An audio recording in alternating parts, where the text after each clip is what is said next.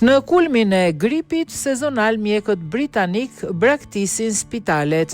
Mjekët në Angli kanë nisur një grevë pesditore për pagat dhe kushtet e punës në një kohë kur po rriten rastet e gripeve sezonal. Shkak janë bërë mosmarrëveshjet mes qendrave dhe sindikatës së tyre. Kjo grevë është e fundit e një serie grevash të vit nga mjekët rezident ose të rinj, të cilët përbëjnë gati gjysmën e fuqisë punëtore në këtë sektor dhe kërkojnë rritje rrogash. E para, kemi një krizë punësimi, mjekët nuk mund të gjejnë punë pasi refuzohen. Arsyeja tjetër janë pagat. Ne duhet t'i vlerësojmë mjekët tanë në këtë vend.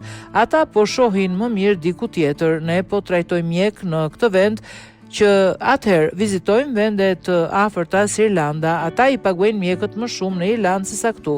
Vitin e kaluar mjekët e kanë braktisur këtë profesion më shumë se çdo herë në dekadën e fundit, u shpreh Jack Fetzer, kryetari i Komitetit të Mjekëve Rezident në Britani. Ky veprim krijon kaos në shërbimin shëndetësor tashmë të rënduar. Ky fundit paralajmëroi javën e kaluar se spitalet po përballeshin me skenarin më të keq nga rastet e gripit.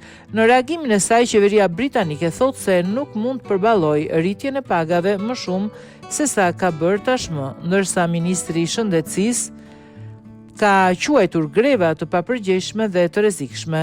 Shtrimet në spital për shkak të gripit në Angli u rritën me më shumë se 50% në fillim të dhjetorit, duke arritur mesatarisht rreth 3000 pacientë në ditë, më e larta për këtë periudhë. Shoqata mjekësore britanike, e cila përfaqëson mjekët rezident, po kërkon rritje pagash me 29% këtë vit.